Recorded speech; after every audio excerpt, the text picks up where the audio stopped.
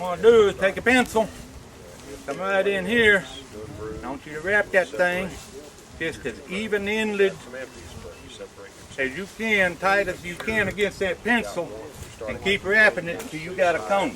Get it just as tight as you can possibly get it. That's why you're doing it, because my fingers just won't work one down small enough.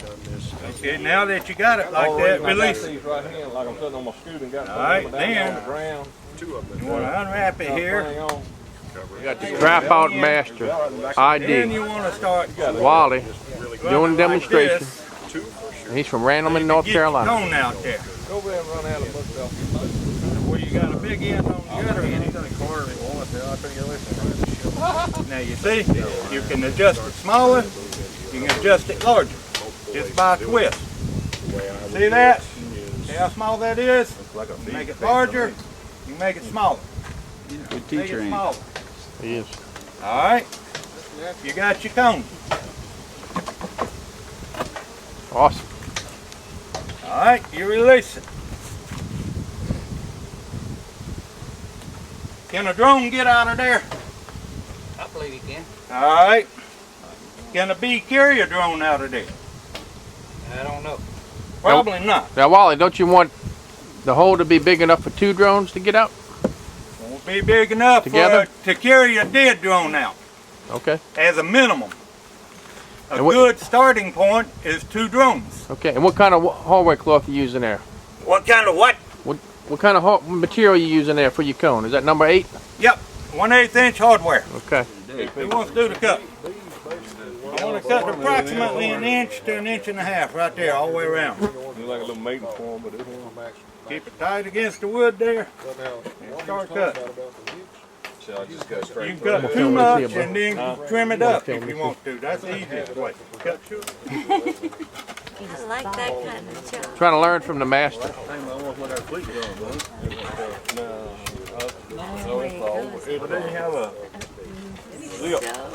really don't want to go there. Give a girlfriend. Yeah. Give a girlfriend. Hold that good and tight right there and release that. Work that out there. There you go. Snip, snip, snip, snip, snip, and knock her over. Anybody got a hammer or anything we can use for a What hammer? happens if you make it too big? Alright. Bend them over.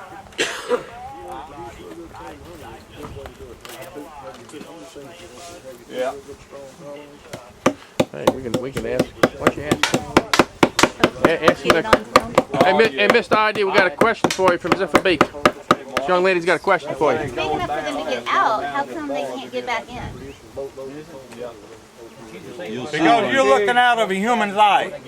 If you look out of a bee's eye, you're seeing what we would see a fence. So as far as you can see that way, and that way. Okay. If you look around and you will not pick out one little difference in all the little holes. Oh, okay. So to them it's not a cone, it's just a fence.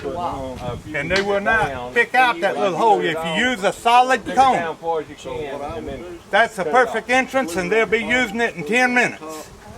They don't orient to that hole. They When orient they fly it out, already. they're going to come out, they're going to take off to the field. They're going to come back with pollen and honey and come to right here. Because that's where they always come to.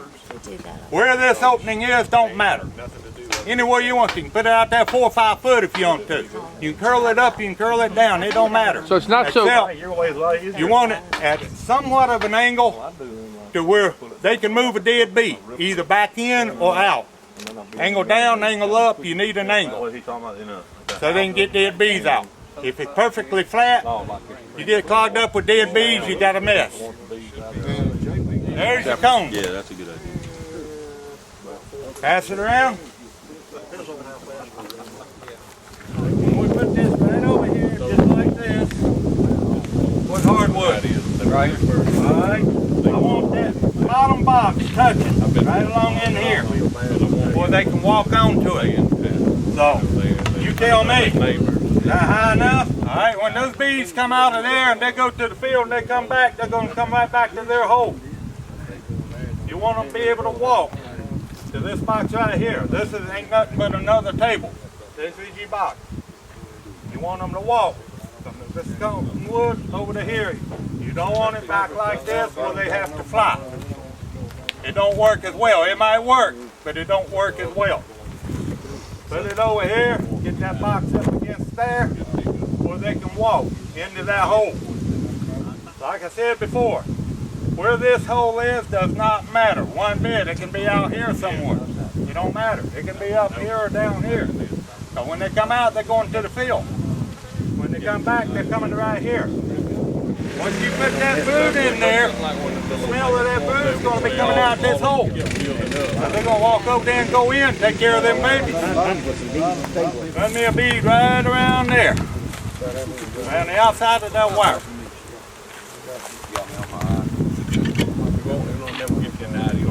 That's it, good strong bead. You can thank it. Shawwee's a good helper, folks. That's good. Especially after you get a few vanilla shakes in it. Alright, that silicone is thick enough that when I put it up against that tree, it's going to smear out and it's going to seal. Once I seal that, the only way out of there is right here. I put it like that, it's leaning up a little bit, and put it like that, and it's leaning down a little bit. I prefer it up. That's just my preference. It probably works just as good either way. Put me a couple of nails in there. Why do you got a bunch of bees swarming around you? Showing people how you go. Because they're wanting in. Well, they won't be scared to death. I mean, you know, you wouldn't want to run up on somebody on a main road going through town somewhere with like 3 or 4 beehives off the truck and have to look every day. How am I going to get my wife to hold that thing while I'm naked? Where's my silicone man? Alright. You get in there and seal it wherever you can seal it to make sure you got a seal from the outside now. Alright. We're going to set that right there anywhere. It don't really matter where. We're going to set this right here. Where's the hole at? Right there. We're going to set that right there. We're going to get the stinger out of my ear. Oh, it'll quit hurting after a while. Okay. Now we're going to pull this right up next to the cone. Like that right there. That bin around there out of the way. Just like that right there. Okay. Have the bee out the tip.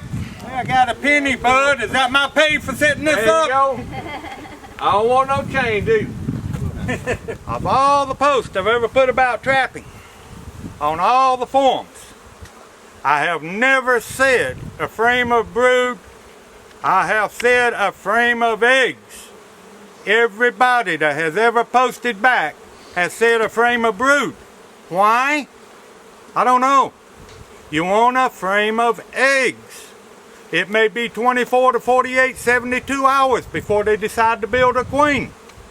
By then your brood's too old. If you've got eggs and they were laid yesterday, you've got 4 days, 5 days for them to decide to make a queen out of it.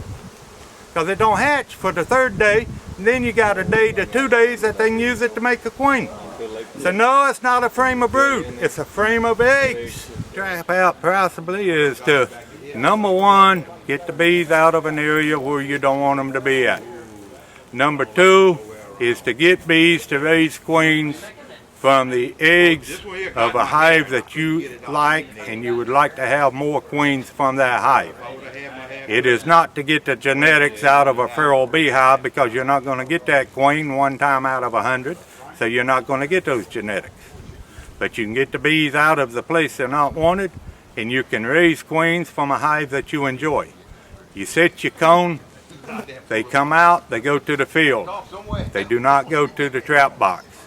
When they come back from the field loaded with pollen and honey, then they go try to get in. They can't try to get in. They smell the brood in the trap box, and they go in and they take care of the babies, just like you would if you found a baby in the woods. You take care of it.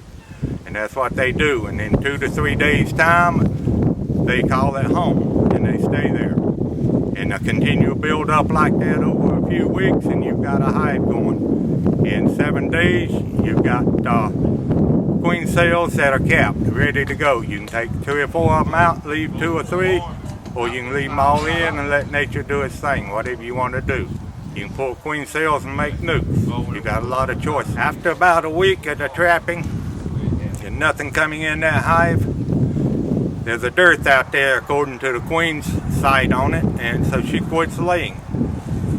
3 more weeks, 4 weeks total, you pretty well got all the brood hatched out. Week 5 and 6, maybe 7, your young bees are flying, they all come out. 6 to 8 weeks after starting, you've got an empty hive in there with mostly the food all laid up, but there may be a little bit left.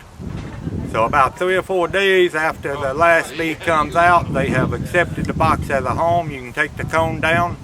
They will go back in and remove all the rest of the honey and leave nothing in there but dry comb. The dry comb in a wall or something is not going to hurt anything. You can seal it up. You're done with your job. You've got anywhere from 5 to 15 queen cells that you put in nukes if you wanted them, or you've got a good hive of bees. If your hive gets filled up to where you only got 1 or 2 empty frames and all the rest are covered with bees, you pull it down and set another one up. You can get 2, 3 boxes of bees off of it. I have gotten as high as 4 boxes of bees plus a nuke off of one trap out. When she has no more food, no more brood, and not more than a pint of bees, there's no reason for her to stay there. So she's going to come out of that cone and take off across the field, and she's going to take that last little cup full of pint of bees with her, and she's going to go try to make a nest somewhere. In the spring, she might possibly make it, but in the fall or late summer, then no, she's not going to make it. But now there is also the chance that she may just come out, crawl around, and crawl into the box, because there is quite a smell coming out of that box by then, because you got 6 or 8 frames of bees. So she may well go in there. If she does, she's going to destroy your queen cells and you've got her. But that's going to happen 3 times out of 100. The other 97 times out of 100, she's going to take off across the field with the last pint of bees or so. Your final step is when you go 3 days or more that there is not 1 bee comes out of the cone. Then 3 days after the bees are in the trap box, that is their home. They will no longer go back to the tree or whatever you're trapping. So you make sure you got them all out in 3 days plus. Then you remove the cone and they go back in. And you let them rob whatever honey's... Right, they're going to clean it out to what is nothing but pure comb, and it's not going to hurt anything. It's perfectly dry. One thing you want to look for while they're robbing it out, if you see pollen going in on 1 or 2 of them's legs, you didn't get the job done, because there's still brood in there. Put your comb back on, leave it another week or 2 till you know that there's not been a bee out for maybe a week this time. Then you pull your cone off, they rob it out. Again, watch for pollen going in. When they're all going in without pollen, you know they're robbing and it's all done. You can take your stuff down and go home. On average, how long do your trap outs normally take, if you had to pick a number? Normally from 6 to 9 weeks. I have found the queen outside the cone in 3 to 4 days on a couple of them. I have had a couple of them go 11, 12, 13 weeks. But on the average, from 6 to 9 weeks. Now when you're done and you remove the cone and you remove the bees, what do you tell the customer? I tell them to get a contractor in there to seal that house, if it is a house or a building. If it's a tree, it's no problem. You pack it in with silicone or anything you want to fill up the hole so the bees don't come back in. But if the bees can find an entrance, they've still got that comb smell in there, and another swarm will move in. Appreciate the demonstration. This is Wally from Randleman, North Carolina. Trap Out Master. Right here, folks. Yours truly. Thank you, Wally. Enjoyed it. That was good. Brilliant.